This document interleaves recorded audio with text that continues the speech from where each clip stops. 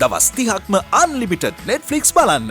unlimited data pack එකක් මුළු පවුලටම unlimited fun එකක් අරගන්න. අදම active කරගන්න.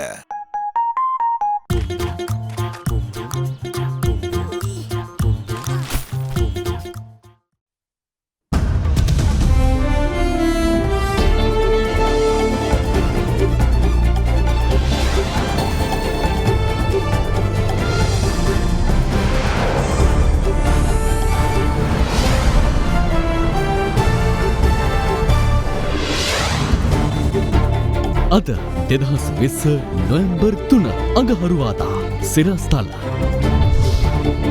තවත් කොවිඩ් ආසාදිතයෙකු නිවසේදීම මිය යයි. මරණ 22ක් තෙක් ඉහළට. දිස්ත්‍රික්ක 25න්ම ආසාදිතයන් නව අවදානමක් සමග කෑගල්ලේ ප්‍රදේශ කිහිපයක් හුදකලා කරයි. මැති සභය පැය කිහිපයකට සීමා වේ. කොවිඩ් මර්ධන ක්‍රියාවලියට විපක්ෂයෙන් චෝදනා. කොවිඩ් තුරන්දේ නම් මුහුදට බිලිවන්නට වුවත් සූදානම්. ඇමති පවිත්‍රා දේවී කියයි. මහමුහුදට බිලිවෙන්න මේවා කරන්න කියලා ඒක කරන්නත් මම ලෑස්ති. මෙරට වෛද්‍ය සභාවේ ලියාපදිංචියට අවම සුදුසුකම් ගැසට් කරේ. උසස් පෙළ C සාමාර්ථ 2ක් සහ S සාමාර්ථයක් අනිවාර්ය වේ. පානදුර වෙරළට ආ තල්මසුන් යලි මුහුදට ගෙන ගිය දැවැන්ත මෙහෙයුමක්.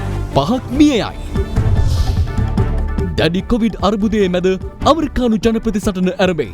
සියවසකට පසු වැඩිම පිරිසක් ඡන්දය දුන් ජනපතිවරණය විය හැකි බවට අනාවකයක්. ඇල්කොහොල් අඩංගු හෑන්ඩ් සැනිටයිසර් භාවිත කරන්න. ලෙඩ රෝග ඇති කරන විෂ බීජවලට එරෙහිව සටන් කරන්න. හඳුන්වා දීමේ මිල රුපියල් 350යි. From Ada Derana, this is Ada Derana Prime Time with Vasanthi Nanayakara and Dilipa Hinayaka. Live from Studio 24 in Colombo. අයිබෝන් ඔබ අදත් එක්වන්නේ ශ්‍රී ලංකාවේ අංක 1 සහ විශ්වසනීයම පුවත් විකාශය අද දෙරණ 6:55 සමගින්. මෙරට 22 වෙනි කොවිඩ් ආසාදිත මරණය රජයේ ප්‍රවෘත්ති දෙපාර්තමේන්තුව අද නිවේදනය කළා. මියගොස් තිබුණේ කොටහෙන ජම්පටා වීදියේ පදිංචි කාන්තාවක්. කොවිඩ් දෙවන රැල්ල ආරම්භ වීමෙන් පසු මෙරටින් වාර්තා වන 9 වැනි ආසාදිත මරණය මෙයයි.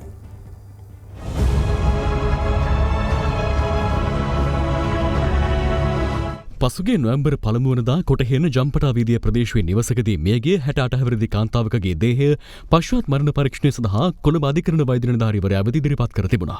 ඇගේ දේහය සම්බන්ධයෙන් කරන ලද PCR පරීක්ෂණයෙන් ඇය COVID-19 ආසාදිතයෙකු වශයෙන් තහවුරු වී ඇති බවයි වසංගත රෝග විද්‍යාංශය සඳහන් කළේ. ඇය මේ යාමට ආසන්නතම හේතුව කොවිඩ් නියුමෝනියා තත්ත්වයක් වන අතර මෙම මරණය මෙරට 22 වෙනි කොවිඩ් ආසාදිත මරණය බව රජයේ ප්‍රවෘත්ති දෙපාර්තමේන්තුව නිවේදනය කළා. මේගේ කාන්තාවගේ පවුලේ සමාජිකයෙකු මීට පෙර කොවිඩ් ආසාදිත ලෙස හඳුනාගෙන තිබුණු අතර නිවසේ අනෙකුත් සමාජිකයන්ද නිවාස නිරෝධායනය සඳහා යොමු කර තිබුණා. දේහය පිළිබඳ අවසන් කටයුතු අද පස්වරුවේ සිදු කෙරුණේ බොරැල්ල සුසාන භූමිය ආදාහනාගාරයේදී.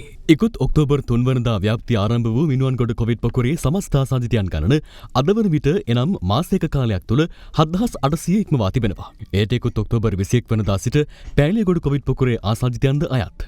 මෙම පොකුරවලට අයත් 2251 දෙනෙකු ඊයේ දිනේ වන විට සුවය ලබා ඇති බව COVID-19 පැතිරීම වැළැක්වීමේ ජාතික ක්‍රියාන්විත මධ්‍යස්ථානය සඳහන් කළා. කොළඹ දිස්ත්‍රික්කයේ පොලිස් ස්ථාන කිහිපයක පොලිස් නිලධාරීන් අතරත් අපි COVID-19 රෝගය පැතිරීම දැක්කා. ඒ පිරිසට වැළඳීමට හේතුව වන්නේ පෑලියගොඩ මත්ස්‍ය වෙළඳපොළට සිදුවිච්ච සම්බන්ධතාවයන්. මේ අනුව මේ දක්වාම අපිට හමුවන රෝගීන් සියලුම දෙනා යම්කිසි ආකාරයකින් මේ එකම පොකුරට සම්බන්ධතාවයක් දක්වනවා. ඒ නිසා තවමත් අපිට මේ රෝගය සමාජගත වීමකට පෙර පාලනය කර ගැනීමේ හැකියාව පවතිනවා. ඊයේ මෙරටින් හඳුනාගත් COVID-19 ආසාදිතයන් ගණන 275ක් වන අතර ඉන් වැඩිම ප්‍රමාණයක් හඳුනාගෙන ඇත්තේ ගම්පහ දිස්ත්‍රික්කයෙන්. ගම්පහ දිස්ත්‍රික්කයෙන් 90 දෙනෙකු, කොළඹ දිස්ත්‍රික්කයෙන් 61 දෙනෙකු, කෑගල්ල දිස්ත්‍රික්කයෙන් 22 දෙනෙකු, ගාල්ල දිස්ත්‍රික්කයෙන් 10 දෙනෙකු, රත්නපුර සහ කුරුණෑගල දිස්ත්‍රික්කවලින් ආසාදිතයන් 90 දෙනෙකු බැගින්, කළුතර සහ ත්‍රිකුණාමලී දිස්ත්‍රික්කවලින් එක් ආසාදිතයෙකු බැගින් ඒ අතරට අයත්. එමෙන්ම නිරෝධායන මධ්‍යස්ථානවලින් 43 දෙනෙකු සහ දෙවයිනේ විවිධ පොලිස් ස්ථානවලින් ආසාදිතයන් 39 දෙනෙකුද ඊයේ හඳුනාගත් ආසාදිතයන් අතරට අයත්. එම කොවිඩ් ආසාදිත පොලිස් නිලධාරීන් 39 දෙනා අතරට පොලිස් විශේෂ කාර්ය බළකායේ රාජගිරිය කඳවුරේ නිලධාරීන් 23 දෙනෙකුද අයත්. මිනුවන්ගොඩ කොවිඩ් පොකුර ආරම්භයේ සිට මේ දක්වා ගම්පහ දිස්ත්‍රික්කයෙන් ආසාදිතයන් 3514 දෙනෙකු, කොළඹ දිස්ත්‍රික්කයෙන් 2162 දෙනෙකු, කළුතර දිස්ත්‍රික්කයෙන් 333 දෙනෙකු, කුරුණෑගල දිස්ත්‍රික්කයෙන් 176 දෙනෙකු, කැගල දිස්ත්‍රික්කයෙන් 126 දෙනෙකු ඊට අයත්. ඒ දිනේ දිස්ත්‍රික්ක 16කින් නව ආසාදිතයන් වාර්තා නොවීමද විශේෂත්වයක්.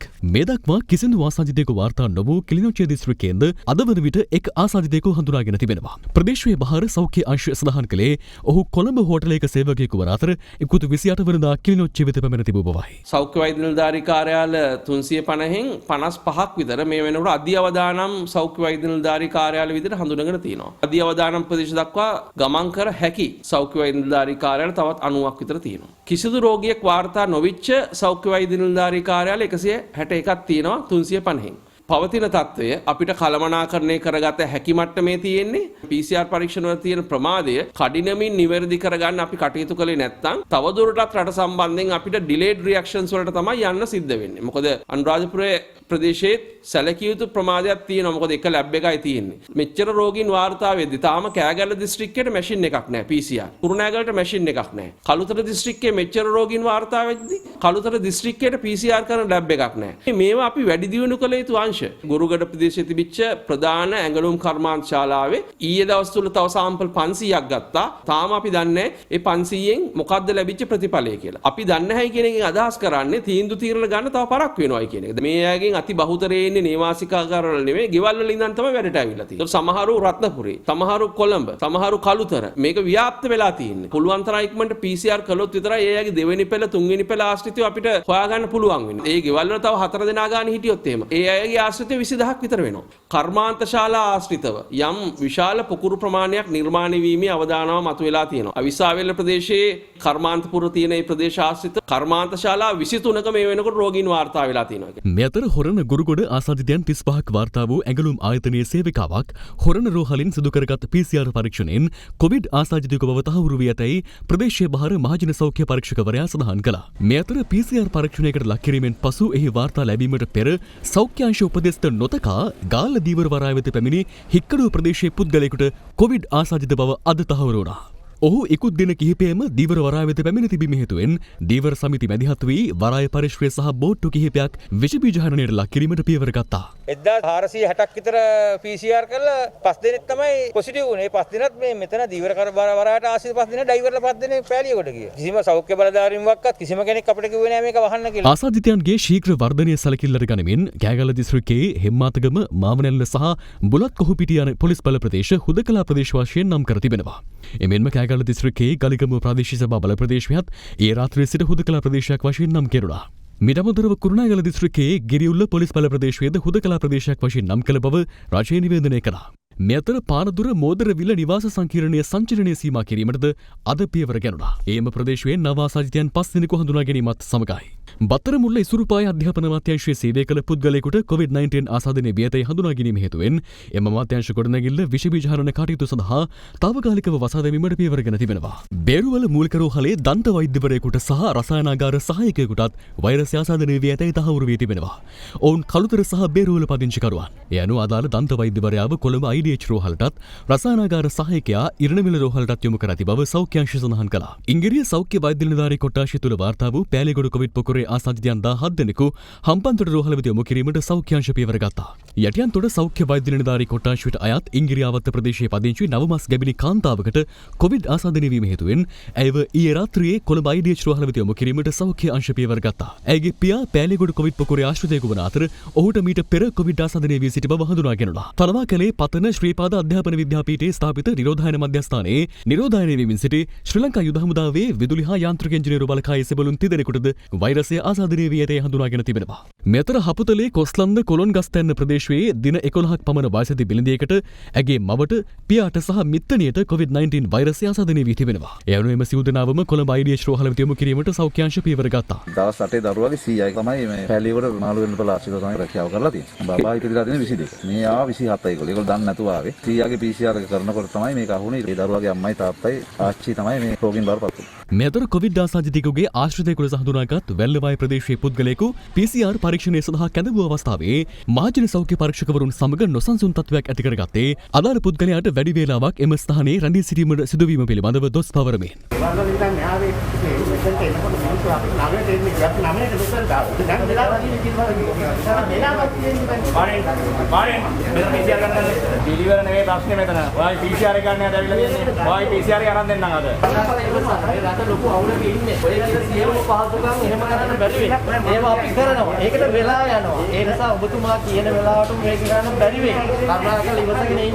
PCR පරීක්ෂණයෙන් අනතුරුව එම පුද්ගලයා නිවසට නොගොස් ප්‍රදේශයේ මත්පැන්හලකට යාම නිසා එම අලෙවිසැලද වසා දමා තිබෙනවා.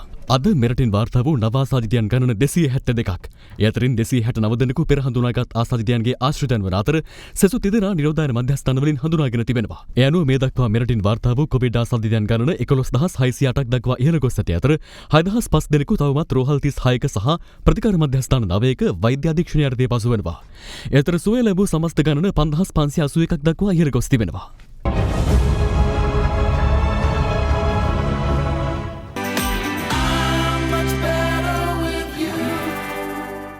සේෆ්ගාඩ් හෑන්ඩ් සැනිටයිසර් නවතම නිෂ්පාදන පෙළ නීරෝගිමත් දිවියකට. ආයෝජන මණ්ඩලය සහ අපනයන සංවර්ධන මණ්ඩලයට සම්බන්ධ කර්මාන්ත ශාලාවලට ඇඳිරි නීති බලපත්‍රයක් නොමැතිව තම කාර්යයන් පවත්වාගෙන යාමට අවසර හිමිවන බව පොලිසිය පවසනවා. මේ අතර ඇඳිරි නීතිය පැවැත්වෙන ප්‍රදේශවල මහා පරිමාණ නිෂ්පාදන කටයුතු පවත්වාගෙන යාම සඳහා ඇඳිරි නීති බලපත්‍ර නිකුත් කිරීමේ නව ක්‍රමවේදයක් හඳුන්වා දී තිබෙනවා. නිරෝධායන ඇඳිරි නීතිය පනවා ඇති කාලය තුල විවෘත කිරීම සඳහා අවසර දී ඇති රාජ්‍ය ආයතන සහ සියලුම මාධ්‍ය ආයතන ඇතුළු ආයතන 84ක සේවකයන්ගේ රාජකාරී හැඳුනුම්පත ඇඳිරි නීති බලපත්‍ර ලෙස භාවිත කළ හැකි බව පොලිසිය විසින් මීට පෙර නිවේදනය කර තිබුණා. කෙසේ නමුත් අද පෙරවරුවේ සිට එම ලයිස්තුව සඳහා අලුතින් තවත් ආයතන 23ක් ඇතුළත් කිරීමට පොලිස් මූලස්ථානයේ පියවරගෙන ඇති අතර ඊට රජයේ සතු සමාගම් කිහිපයක් ඇතුළත් කර තිබෙනවා. එමෙන්ම එම ආයතනවල සේවකයන් හට රාජකාරී හැඳුනුම්පතට හෝ ජාතික හැඳුනුම්පතට අමතරව ආයතන ප්‍රධානියා විසින් නිකුත් කරන සේවයට කැඳවීමේ ලිපියක්ද ඇඳිරි නීති බලපත්‍ර වෙනුවට භාවිත කළ හැකි. සම්පූර්ණ ආයතන ලේඛනය www.adaderana.lk වෙබ් අඩවියට පිවිසීමෙන් ඔබට ලබාගත හැකි වෙනවා. එතකොට ඒ අයට තමුන්ගේ රාජකාරී හැඳුනුම්පත පාවිච්චි කරලා ගමන් කරන්න පුළුවන්, බෝඩර් ක්‍රොස් කරන්න පුළුවන් විශේෂ අවස්ථාවන් සඳහා. හැබැයි මේ රාජකාරී සඳහාම පමණයි මේක යොදාගත යුත්තේ. මේ අතර නිරෝධායන ඇඳිරි නීතිය ක්‍රියාත්මක වන ප්‍රදේශවල මහා පරිමාණ නිෂ්පාදන කටයුතු සිදු කරන කර්මාන්ත ශාලා සඳහා ඇඳිරි නීති බලපත්‍ර නිකුත් කිරීම සඳහා බලයලත් නියෝජිතයන් වශයෙන් නාගරික සංවර්ධන ජල සම්පාදන සහ නිවාස පහසුකම් අමාත්‍යාංශයේ ලේකම් ආචාර්ය ප්‍රියත් බන්දු වික්‍රම සහ බස්නාහිර පළාත බහර ජ්‍යෙෂ්ඨ නියෝජ්‍ය පොලිස්පති දේශබන්දු තෙන්නකෝන් යන මහත්වරුන් පත් කර තිබෙනවා. විශේෂයෙන්ම විවිධ කෘෂිකාර්මික දීවර කටයුතු වෙනත් නිෂ්පාදන වලට සම්බන්ධ සහ වැවිලි කටයුතු වලට සම්බන්ධ කර්මාන්ත ශාලා ඇඳිරි නීතිය තිබෙන ප්‍රදේශවල පවත්වාගෙන යාමට අවශ්‍යතාවක් තිබේ නම් මෙම අයදුම්පත පුරවා බලයලත් නියෝජිතයන් වෙත යැවිය යුතුයි. ඊට අදාළ අයදුම්පත www.adaderana.lk වෙබ් අඩවියට පිවිසීමෙන් ඔබට බාගත හැකි වෙනවා. ඒ අනුව සම්පූර්ණ කරන ලද අයදුම්පත secretary@mws.gov.lk යන විද්‍යුත් තැපැලට යොමු කිරීම මගින් ඇඳිරි නීති බලපත්‍රය පහසුවෙන් ලබාගත හැකියි. මේ නිෂ්පාදන ක්‍රියාවලිය නිසියාකාරයෙන් පවත්වාගෙන යන්නත් අත්‍යවශ්‍ය සේවා නිසියාකාරයෙන් පවත්වාගෙන යන්නත් අවශ්‍ය ඇඳිරි නීති බලපත්‍ර කඩිනමින් ලබා දෙන්න කටයුතු කරනවා. සේවකයා ඉන්න තැන ගැන පවා හොයලා බලලා තමයි අපි මේ ඇඳිරි නීති බලපත්‍රය නිකුත් කරන්නේ. මොකද අපිට රතු කලාප තියෙනවා. ඒ කලාප වලින් කිසිම සේවකයෙක් කාර්යාලයකට හෝ ව්‍යාපාරයකට හෝ කර්මාන්ත ශාලාවකට ගන්න ඉඩ දෙන විදියක් නැහැ. නිෂ්පාදනයට බර වෙච්ච ආයතන, ඒ වගේම ව්‍යවසායකත්ව ආයතන, කෘෂි කර්මාන්ත ආයතන, ඒ වගේම දීවර කටයුතු වලට සම්බන්ධ ආයතන, කර්මාන්ත ශාලා, ෆැක්ටරිස් මේවා පවත්වාගෙන යාමට අපි යම්කිසි ක්‍රමවේදයක් හදලා තියෙනවා. ඒ විශේෂයෙන්ම අපි දන්නවා එක එක තැන්වල තියෙනවා කන්ස්ට්‍රක්ෂන් සයිට්, ගොඩ නැගිලි ඉදි කරනවා. එතකොට ඒවත් පවත්වාගෙන යන්න පුළුවන්. කන්ස්ට්‍රක්ෂන් සයිට් කිව්වම දැන් මහා පරිමාණ වෙන්න ඕනද? එහෙම නැත්නම් ගෙයක් හදනවා නම් බාසුන් නැල ගෙනල්ලා ගෙවල් ටික හදාගෙන යන්න පුළුවන්ද? මහා පරිමාණයෙන් යම්කිසි සේවකයෝ 50ක් 60ක් 100ක් සහභාගී වෙන මැෂිනරි උපයෝගී කරගන්නේවා මෙතනින් ගන්න ඕනේ. එහෙම නැති ඒවා අදාළ පොලිස් ස්ථානයට ගිහිල්ලා නැත්නම් ප්‍රාදේශීය ලේකම් කාර්යාලයෙන් අවසර ලබා ගැනීමට හැකියාවක් තියෙනවා. කෙසේ නමුත් ආයෝජන මණ්ඩලය සහ අපනයන සංවර්ධන මණ්ඩලය යන ආයතනවලට සම්බන්ධ කර්මාන්තවල මේ මොහොත වන විටත් අදාළ කාර්යයන් සිදුවමින් පවතින බැවින් එම ආයතන සඳහා විශේෂ අවසරයක් අවශ්‍ය නොවන බවද පොලිස් මාධ්‍ය ප්‍රකාශක නියෝජ්‍ය පොලිස්පති අජිත් රෝහණ මහතා සඳහන් කළා. වෙනම තමන්ගේ රටෙන් එන්න පුළුවන්ද ඒගොල්ලන්ගේ ඩෙන්ටි කාඩ් එක පෙන්නලා මං අහවල් BOI කම්පැනි එකේ වැඩ කරන්න කියලා? තමන්ගේ රටෙන් එන්න බෑ. ඒකෙන් ප්‍රවාහන පහසුකමක් සලසන්න ඕනේ. නමුත් අර අවසර ගැනීම අවශ්‍ය නැහැ. ඒ කර්මාන්ත ශාලාවේ විදිහටම පවත්වාගෙන යන්න පුළුවන්. කෙසේ නමුත් ඇඳිරි නීතිය පැවැත්වෙන ප්‍රදේශවල අත්‍යවශ්‍ය ආහාර ද්‍රව්‍ය සහ භාණ්ඩ නිවෙස් වෙත අලෙවි කරනු ලබන ව්‍යාපාරිකයින් අදාළ ප්‍රාදේශීය ලේකම් කාර්යාලයෙන් බලපත්‍රයක් ලබා ගත යුතුයි. තුග වෙලෙන්දන්ට දිසාපතිතුමාට හෝ ඒ ප්‍රදේශයේ ජ්‍යෙෂ්ඨ නියෝජ්‍ය පොලිස්පතිවරයාට පුළුවන් බලපත්‍රයක් දෙන්න යාපනයේ තියෙන ලුණු ටික කොළඹට ගේන්න. එතකොට කොළඹ නාරායන් පිටට ගේනවා, නාරායන් පිටින් ඒ ටික බෙදා හරිනවා. අපි හිතමු කොළඹ තියෙන යම් දෙයක් එහාට ගෙනියන්න ඕනේ, සැමන් ගෙනියන්න ඕනේ. එතකොට ඒකත් ඒ විදිහටම මෙහෙන් ඒ ආකාරයට බලපත්‍ර නිකුත් වෙනවා. මේ අතර නිරෝධායන ඇඳිරි නීතිය පනවා ඇති බස්නාහිර පළාතේ අත්‍යවශ්‍ය ආහාර ද්‍රව්‍ය බෙදා හැරීම සඳහා වෙළඳුන්ට බලපත්‍ර නිකුත් කිරීම ඊයේ සිට ආරම්භ කෙරුණත් කඩුවෙල ප්‍රාදේශීය ලේකම් කාර්යාලය අසලට රැස් වූ පිරිස් සිය දුෂ්කරතාවෙන්ද පවසමින් සෞඛ්‍ය ආරක්ෂිත උපදෙස් නොදකමින් ක්‍රියා කරන අයුරු දක්නට ලැබුණා. සේරම ඇප්ලිකේෂන් ග්‍රාමසේවකට බාර දෙන්න. ඔය මොලේ එක මෙහෙට බාර දෙන්න. එතකොට හරි. ඊට බාර දෙන්න. ඒකින්ද දැන් යන්න දැන්. මෙතර කොළඹ දිස්ත්‍රික්කයේ තවත් ප්‍රාදේශීය ලේකම් කාර්යාල කිහිපයක් ඉදිරිපිට ඇඳිරි නීති බලපත්‍ර ලබා ගැනීමට පැමිණි පිරිස් හේතුවෙන් විශාල තදබදයක් නිර්මාණය වුණා. යන්න ආරෙට. අපිට උදව් කරන්න උදව් කරන්න. අපි යනවා.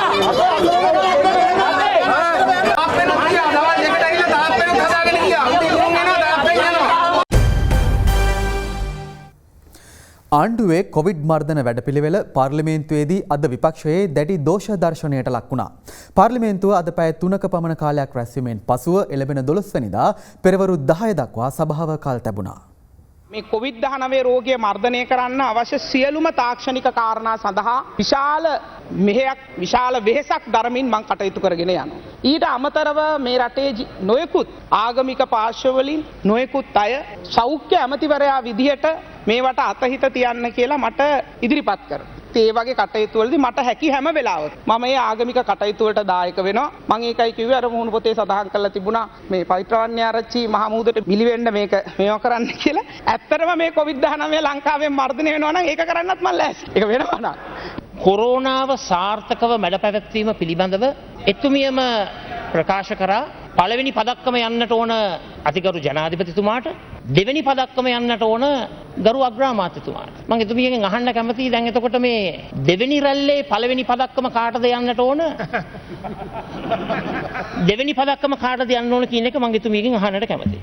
ඇත්ත වශයෙන්ම අපිත් සත්‍යක්‍රියාවක් කරා. දේශපාලනය කරන්න මොනව කරන්නද රටක් තියෙන්නට ඕන, රටේ ජනතාව ඉන්නට ඕන ජීවත් වෙලා. ඒ නිසා ඒක ගැන අපිට විවේචනයක් නැහැ. නමුත් ඔබතුමිය ගිහිල්ලා අර කලගෙඩිය එහෙම නැත්නම් මුට්ටිය විසි කරන්න ඉස්සෙල්ලා වෙන්ටිලේටර් ටික අනුමුන් කරන්න තිබ්බා. මාස 8ක් තිබ්බා. PCR යන්ත්‍ර ටික අනුමුන් කරන්න තිබ්බා. ICU වන්නන් ටික සකස් කරන්න තිබ්බා. දැන් පාර්ලිමේන්තුව නමග යවන මාස වෙන්ටිලේටර්ස් 200ක් ගිය මාසේ අපි අලුතෙන් ගෙනල්ලා හිටන් බෙදුවා. පළවෙනි රැල්ල වෙලාවේ PCR ටෙස්ට් 250යි කලේ අද 10000ක් කරනවා. ආණ්ඩුවක් විදියට කරන්න තියෙන දේ කරලා තියෙනවා කතා නායකතුමනි. මම මේ කියන්නේ තමුන්නාසලා ඇනවුම් කරපු ගාන ගැන. ඒ 200 ලැබුණේ ඇමරිකා එක්සත් ජනපදයෙන් ආධාරයක් ලැබුණේ. නමුත් අදටත් හිඟයක් තිබෙනවා. ඔය গুপ্ত වැඩ කරනකොට තිබුණා නේද අර බෝතලයක් අස්සේ දාපු මණියක් විත නාගරාජයාගේ උදව්වක් ගන්න. ණයාගේ උදව්ව ගන්න. නිරෝධායන රෙගුලාසි මේ පාර්ලිමේන්තුවට අදාළ නැහැ කිව්වා. ඇයි එහෙම කිව්වේ?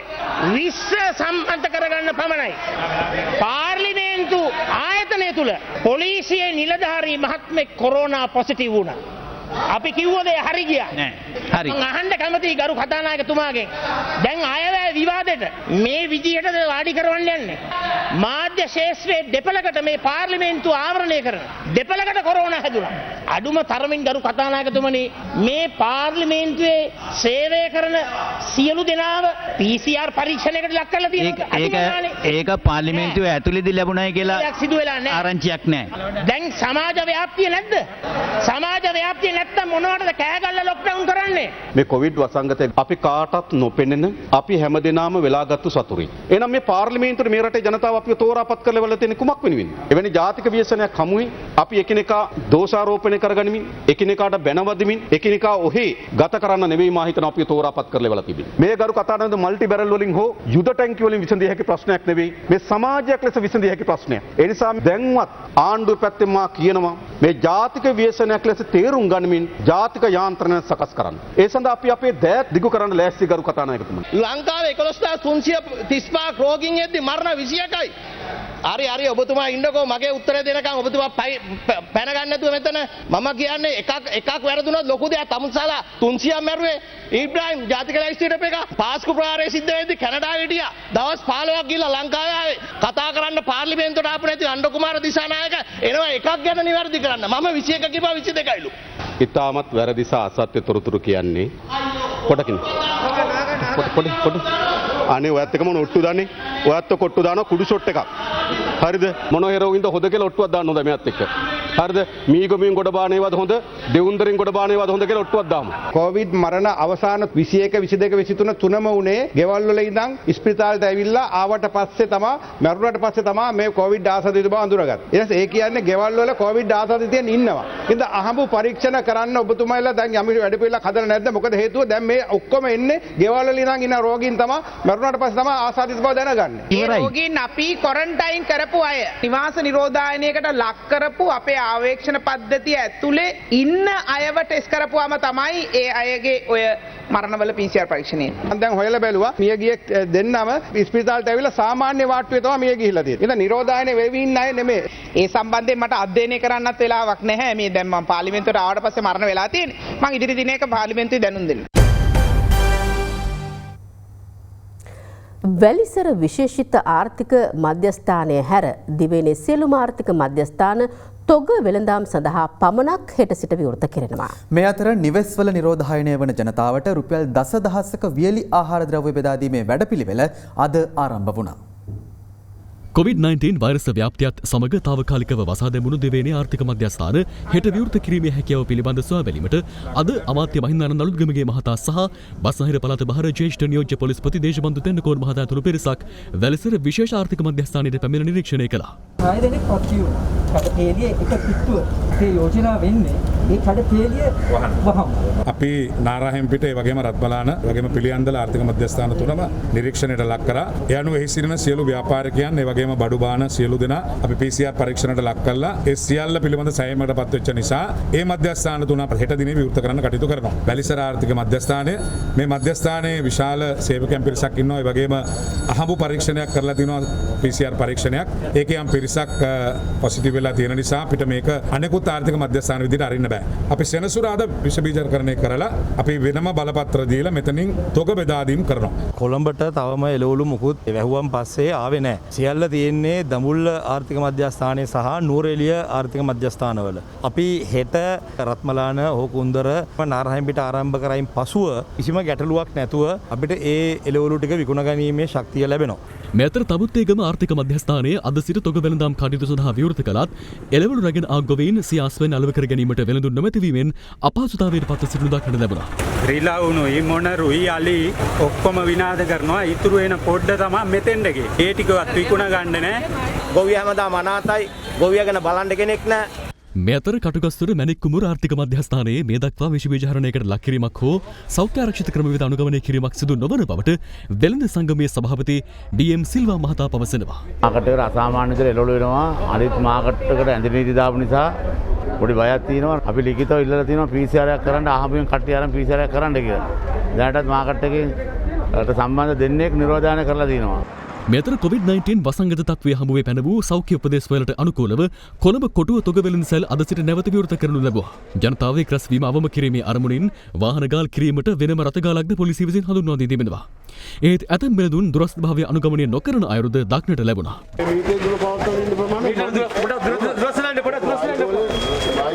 අද සිට අධිකටම අත්‍යවශ්‍ය ආකාර තොග වෙළඳ සෙල් විවෘතව තියෙනවා. උදේ 5 ඉඳන් හවස 2 වෙනකම් විතර විවෘත තියෙන බලාපොරොත්තුවක් තියෙනවා. බඩු ගන්න එන වෙළඳ ප්‍රජාව ඔක්කොම තමන්ගේ වාහන 4-5 වෙනි අරසකින් පිට මඩපාක් එක තමයි සකස් කරලා තියෙන උඩ ඉඩ තියෙනවා. වෙලාවල් වෙන් කරලා තියෙනවා.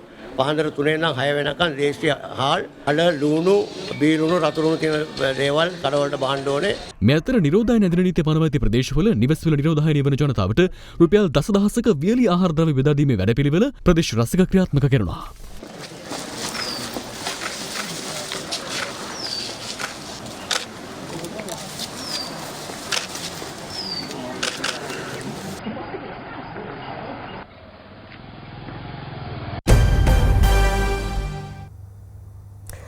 ගෝලීය කොවිඩ් වසංගතයේ වැඩිම අර්බුදයට මුහුණ දෙන අතරතුර ඇමරිකානු ජනාධිපතිවරණයේ අවසන් ඡන්ද විමසුම අද ආරම්භ වුණා.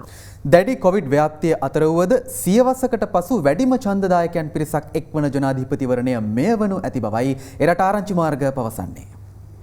ලොව වැඩිම කොවිඩ් ආසාදිතයන් සංඛ්‍යාව ලෙස රෝගීන් 95,67,000කට අධික පිරිසක් ඇමරිකාවෙන් මේ වන විට වාර්තා වනවා. සිදුව ඇති මරණ ගණන 2,36,982ක්. ලොව බලවත්ම නායකයා තෝරා ගැනෙන ජනාධිපතිවරණය පැවැත්වෙන්නේ එවන් තත්වයකදී. ඇමරිකාවේ 59 වැනි ජනාධිපතිවරණය වන මෙහිදී එරට 46 වෙනි ජනාධිපතිවරයා තෝරා ගැනීමට නියමිතයි. මේ වන විටත් ඇමරිකානුවන් මිලියන 100කට ආසන්න පිරිසක් තැපෑලින් සහ කල් ඇතිවම ඡන්දය ප්‍රකාශ කර ඇති බව වාර්තා වනවා. ඒ අනුව සියවසකට පසු වැඩිම පිරිසක් ඡන්දය ප්‍රකාශ කළ ජනාධිපතිවරණය මේ වනු ඇති බවයි එරට ආරංචි මාර්ග පවසන්නේ. ජනපති ට්‍රම්ප්ගේ අවසන් මැතිවරණ රැලිවලදී සෞඛ්‍ය උපදෙස් නොතකූ අයුරු විදේශ මාධ්‍ය වාර්තා කර තිබුණා. You are so lucky I'm your president. You are so lucky. ජෝ බයිඩන්ගේ අවසන් මැතිවරණ රැලිවලට හිටපු ජනාධිපති ඔබාමාගේ සහාය හිමිව තිබීම විශේෂත්වයක්. ස්ටැන්ෆර්ඩ් විශ්වවිද්‍යාලය අනාවරණ කර තිබුණේ ට්‍රම්ප්ගේ මැතිවරණ රැලිවල ප්‍රතිඵලයක් ලෙස 30,000කට අධික නව කොවිඩ් ආසාදිතයන් පිරිසක් වාර්තා වූ බවයි. ඉන් 700කට අධික පිරිසක් මේ යන්නට ඇති බවත් ඔවුන් පෙන්වා දුන්නා. මෙරට වෛද්‍ය සභාවේ ලියාපදිංචි වෛද්‍යවරයෙකු බවට පත්වීම සඳහා උසස් පෙළ විභාගයෙන් ජීව විද්‍යා විෂය ධාරාවෙන් C සාමාර්ථ දෙකක් සහ S සාමාර්ථයක් පැවතීම අවම සුදුසුකම් බවට අද පත් කෙරුණා. ඒ සෞඛ්‍ය අමාත්‍ය පවිත්‍රා වන්‍යාරච්චි මහත්මිය ඊට අදාළව ඉදිරිපත් කළ නියෝගවලට අද පාර්ලිමේන්තුවේදී අනුමැතිය හිමිවීමත් සමගයි. මෙරට වෛද්‍ය අධ්‍යාපනයේ අවම ප්‍රමිතිය පවත්වාගෙන යාම සම්බන්ධයෙන් සෞඛ්‍ය අමාත්‍ය පවිත්‍රා වන්‍යාරච්චි මහත්මිය විසින් අතිවිශේෂ ගැසට් පත්‍ර මගින් ප්‍රකාශයට පත් කළ වෛද්‍ය ආඥා පනතේ නියෝග දෙකක් අද පාර්ලිමේන්තුවේදී අනුමත වුණා. ඉහළ සෞඛ්‍ය ප්‍රමිතියක් මේ රටේ ඇති කිරීම අපේ වගකීම. ඒ නිසා තමයි මෙම යෝජනා පාර්ලිමේන්තුවට මේ ගැසට් නිවේදන දෙකම අපි ඉදිරිපත් කරන්නේ. ඊට පස්සේ කවුරු හරි පුද්ගලයෙක් බලාපොරොත්තු වෙනවා නම් ලියාපදිංචි වෙන්න වෛද්‍ය කවුන්සලය සමග මේ රටේ වෛද්‍යවරයෙක් හැටියට වැඩ කටයුතු කිරීමට එහෙනම් උසස් පෙළ විභාගයට පෙනී සිටින අවස්ථාවේදී යම් යම් අවම ප්‍රතිඵල ලබා ගත යුතුයි. විභාගයට පෙනී සිටිනවා ජීව විද්‍යාව, භෞතික විද්‍යාව, රසායන විද්‍යාව. එසේ කරලා සම්මාන සමාර්ථ දෙක හා සාමාන්‍ය සමර්ථයක් ලබා ගන්නවා. අවුරුදු 5කට වතාවක් විෂය නිර්දේශ වෙනස් වීම හේතු කොටගෙන පළමු වර ලිවීමේ කණ්ඩායම සහ දෙවෙනි වර ලිවීමේ කණ්ඩායම ලෙස තෝරා ගැනීම සිදු වෙනවා. එහිදී ප්‍රශ්න කිහිපයක් මතුවලා තිබෙනවා. කුරුණෑගල දිස්ත්‍රික්කයේ දෙවෙනි වර කියවීමේ ළමයිගේ ප්‍රමාණය තෝරාගෙන තියෙන වෛද්‍ය පීඨ සඳහා 98ක්, පළවෙනි වර ළමයි 34යි. ඒ වගේම ගත්තොත් කළුතර දිස්ත්‍රික්කයේ ඊටත් වඩා මේ ප්‍රතිශතය වෙනස් වෙලා තිබෙනවා. කෑගල්ල, මහනුවර, පොළොන්නරුව වගේ. ඒ නිසා මේ පළමු වර ලියන කණ්ඩායමේ ප්‍රශ්නයක් මතුවලා තිබෙනවා. ඒ වගේම KDU වෛද්‍ය පීඨයට මා දන්න එක දරුවෙක් ඉන්නවා. ඇය පළවෙනියට තේරුණා. එහෙත් ඇය කල්පනා කරා වෛද්‍ය පීඨයට ඇයට සුදුසුකම් ලබා ගත හැකි වේවි කියලා. ඇය ඒකට ගියෙත් නැහැ. ඇය කුරුණෑගල දිස්ත්‍රික්කයේ 38 වෙනි දරුවා. මේ රෑන්කින් වල. එතකොට 60 දෙනෙක් ගත්තු කුරුණෑගල දිස්ත්‍රික්කයේ පළමු වර ලියපු ළමුන් 60 දෙනා. ගරු කතානායකතුමා වෛද්‍ය පීඨයේ තීරලා තිබෙන්නේ 34 දෙනයි. ඒ වගේම ඒ 60 දෙනා ඇතුලෙන් දෙවෙනි වර විභාගයට පෙන්නලා හිටින 4 දෙනයි. එතකොට ළමයි 22ක්ම දෙවෙනි වර විභාගයට ඉල්ලුම් කරලත් නැහැ. ඒ වගේම සමහර ළමයි ඉන්නවා ඔවුන් ඇප්ලිකේෂන් දාලා තියෙන වෛද්‍ය පීඨයට පමණයි. ඒ නිසා වෙන කිසිදු පාඨමාලාවකට ඇයට ඌට සුදුසුකම් ලබා ගැනීම හැකියාවක් නැහැ. ඔබතුමා ඉක්මනින් මැදිහත් වෙලා මේ දරුවන්ට සාධාරණ කිට්ටු කරලා දෙන්න. ගරු අනුර කුමාර දිසානායක මන්ත්‍රීතුමා නම සම්පූර්ණ වාර්තාවක් ඇඳවලා තිබෙනවා විශ්වවිද්‍යාල ප්‍රතිපාදන කොමිෂන් සභාවේ සභාපතිතුමාගෙන්. ඒ අයගත් තීරණය ඒකට පදනම කුමක්ද කියන එක පිළිබඳව මේ අතර උසස් පෙළ කඩියම් ලකුණු නිකුත් කිරීමත් සමග තමන් අසාධාරණයට පත්ව ඇති බවට නෝරෙලියේ ශිෂ්‍ය ශිෂ්‍යාවන් පිරිසක් මැසිවිලි නගනවා. මෙලෙස අපහසුතාවයට පත්ව ඇත්තේ 2019 වසරේ උසස් පෙළ විභාගයට තාක්ෂණවේදී විෂය ධාරාවෙන් පැරණි නිර්දේශයටදී පෙනී සිටි ශිෂ්‍ය ශිෂ්‍යාවන් පිරිසක්. ජයපද්‍ය තාක්ෂණාංශයෙන් උසස් පෙළට මුහුණ දීලා නුවර දිස්ත්‍රික්කයෙන් 10 වෙනි ස්ථානයත් 1.754ක ඉසඩ්ඩගෙකුල් ලබා ගත්තා. නමුත් පසුගියදා නිකුත් වුණු කඩේම් ලකුණු වලින් මට කිසිදු විශ්වවිද්‍යාලයක් හිමි වුණේ නැහැ. නමුත් නව නිර්දේශයෙන් ජයපද්‍ය තාක්ෂණාංශයෙන් 0.8 0.7 වැනි ඉතාම සුළු ඉසඩ්ඩගයන් වලින් සිසුන් පාඨමාලා සඳහා තෝරාගෙන තිබුණා. අපි සරසවිවරම් එයි කියලා විශ්වාසය තිබ්බ නිසා තර්ඩ් ට්‍රයි එකක් කරේ නැහැ. අපි වෙන පාඨමාලා සඳහා ඉල්ලුම් කරත් නැහැ. අපි ගොඩක් අසරණ වෙලා ඉන්නේ. කෙසේ වෙතත් විශ්වවිද්‍යාල ප්‍රතිපාදන කොමිෂන් සභාවේ සභාපති මහාචාර්ය සම්බත් අමරතුංග මහතා පවසන්නේ විශ්වවිද්‍යාල සඳහා සිසුන් තෝරා ගැනීමේ ක්‍රියාවලිය ශ්‍රේෂ්ඨාධිකරණයේ නියෝග අනුව සිදු කර ඇති බවයි. පළමුවෙනි නියෝගය තමයි ඔවුන් එක කණ්ඩායමක් වශයෙන් නොවන නිසා තමයි ඔවුන්ට වෙන වෙනම ඉසෙට් අගයන් නිකුත් කර තිබුණි. ඊළඟ ප්‍රධාන කාරණය තමයි උසස් පෙළ විභාගයේ පැවැත්වීමට පෙර එම විභාගයෙන් සරසවි ප්‍රවේශය සඳහා තෝරා ගනු ලබන දරුවන්ගේ ක්‍රමවේදය කුමක්ද යන්න ඉතාමත් පැහැදිලිව ප්‍රකාශයට පත් කරන්න ඕනි කියන දේ. 2019 අප්‍රේල් මාසයේ විශ්වවිද්‍යාල ප්‍රතිපාදන කොමිෂන් සභාව විසින් විශ්වවිද්‍යාල පද්ධතියට තෝරාගන්නේ කුමන ආකාරයකටද යන්න පිළිබඳව ප්‍රකාශයට පත් කරා. ඒ නිසා විශ්වවිද්‍යාලයට තෝරා ගැනීම අපේ රටේ සුප්‍රීම් අධිකරණය විසින් ලබා දුන්න ඒ නියෝග සහ තීන්දුවලට 100%ක්ම අනුගත වෙලා තියෙනවා. This is a news alert from Ava Verana 24. මෙන්න දැන් ලැබුණු පුවතක්. මෙරට COVID-19 ආසාදනය වූ 23 වෙනි මරණය මීට සුළු වේලාවකට පෙර රජයේ ප්‍රවෘත්ති දෙපාර්තමේන්තුව විසින් තහවුරු කළා.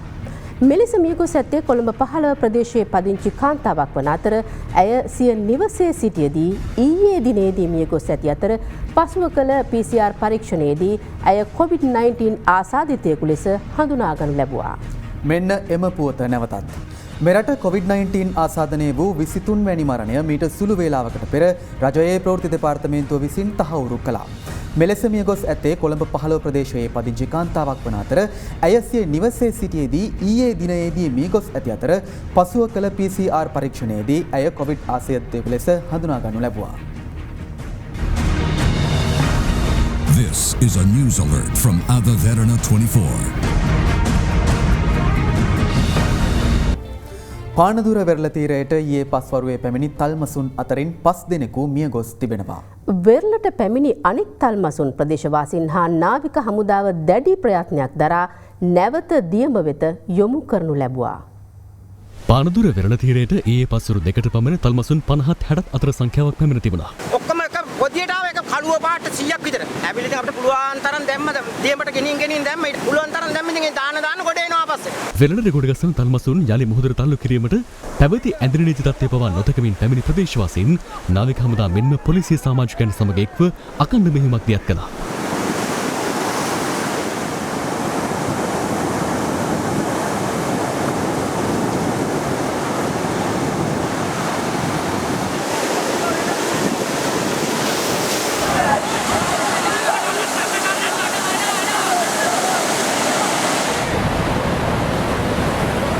පරිසර අමාත්‍ය සීබී රත්නායක සහ දීවර රාජ්‍ය අමාත්‍ය කංචන විජේසේකරන මහතුරුන්ද ඒ රාත්‍රියේ තල්මස මුදා ගැනීමේ මෙහෙයුමට එක් වුණා. එමෙතුමා මොකෝ නාන්න වුණාද? තල්මා බලන් ගිහලා නාන්න. මෙම මෙහෙයුම සඳහා නාවික හමුදාවේ වේග යාත්‍රා 6ක්ද යෙදවීමට සිදු වුණා.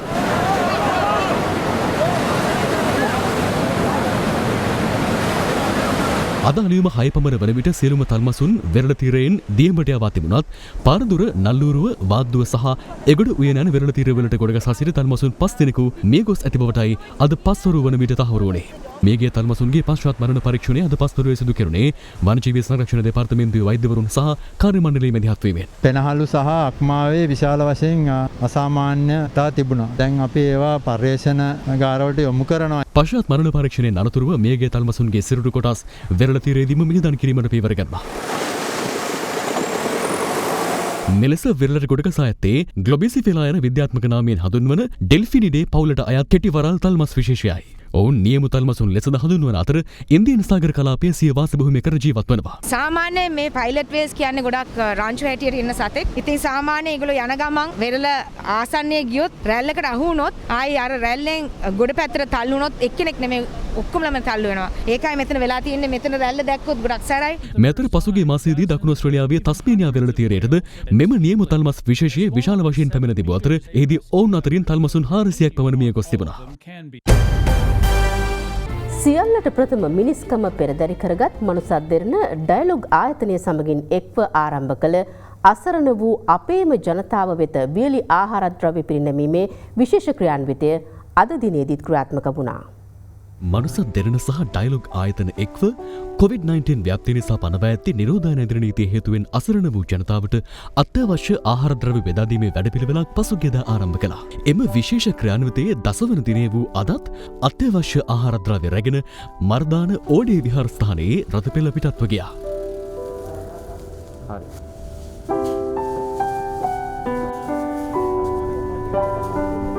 මේ අතර වත්තල ප්‍රදේශයේ ජීවත් වන COVID-19 හේතුවෙන් අසරණ වී සිටින ජනතාව වෙත ලබා දීම සඳහා අත්‍යවශ්‍ය ආහාර ද්‍රව්‍ය වත්තල ප්‍රාදේශීය ලේකම් කාර්යාලයට ලබා දීමට මනුසත් දෙරණ සහ ඩයලොග් ආයතනය කටයුතු කළා. විශාල ප්‍රමාණයක් කොවිඩ් වසංගතයෙන් ආසාදිතයන් වෙලා ඉන්නවා. ඉතින් මේ මනුසත් දෙරණ ආයතනයෙන් සහ ඩයලොග් ආයතනයට ඉතාමත්ම ස්තුතිවන්ත වෙනවා. මේ ජීවන තත්ත්වය අහිමි වෙලා ඉන්න විශාල පිරිසකට ලොකු සහනයක් වෙනවා මේ වැඩසටහන යටතේ ඔබ කරන මේ සේවාව. මනුසත් දෙරණ මෙම විශේෂ සහන ක්‍රියාන්විතය ඩයලොග් සමග එක්ව ඉදිරියටත් සිදු කරනවා. දැන් තවත් පුවත් කිහිපයක්. ශ්‍රී ලංකා ගුවන් හමුදාවේ 18 වන ගුවන් හමුදාපති ලෙස පත් කෙරුණු එයා මාර්ෂල් සුදර්ශන පතිරණ මහතා අද සිය දුරේ රාජකාරී නිල වශයෙන් ආරම්භ කිරීම ගුවන් හමුදා මුලස්ථානයේදී සිදු කෙරුණා. ජාත්‍යන්තර මද්‍රව්‍ය චාවාරම් සම්බන්ධයෙන් චෝදනා ලැබ මෙරට බන්ධනාගාරගතව සිටි කාන්තා සහ පිරිමි පාකිස්තාන් ජාතිකයන් 44 දෙනෙකු අද පාකිස්තාන බන්ධනාගාර නිලධාරීන් වෙත බාර දෙනු ලැබුවා. ඒ කටුනායක ජාත්‍යන්තර ගුවන්තොටුපළේදී. මඩකලපුව කාත්තාන්කුඩි ප්‍රධාන මාර්ගයේ කුළුබඩු අලියසලක අද උදෑසන ගින්න කරගත්තා. එයින් රුපියල් කෝටියක පමණ ද්‍රව්‍ය මුළුමනින්ම විනාශ වී ඇති අතර ගිනි නිවන බටයන් විසින් ගින්න නිවා දැමුණේ පැය දෙකක පමණ උත්සාහකින් පසුවයි. වැලිකන්ද මෛත්‍රීගම ප්‍රදේශයෙන් ඉසෙඩ්ඩී ඇලට වැටුණු වනාලියෙකු පැය 9ක පමණ මෙහෙයුමකින් පසු වනජීවි නිලධාරීන් විසින් ගොඩට ගැනුණා. මෛත්‍රීගම ප්‍රදේශයෙන් ඇලට වැටුණු අලියා ගොඩට ගෙන ඇත්තේ අසේලපුර ප්‍රදේශයේ යකඩ සොරවක සිරවී සිටියේදී.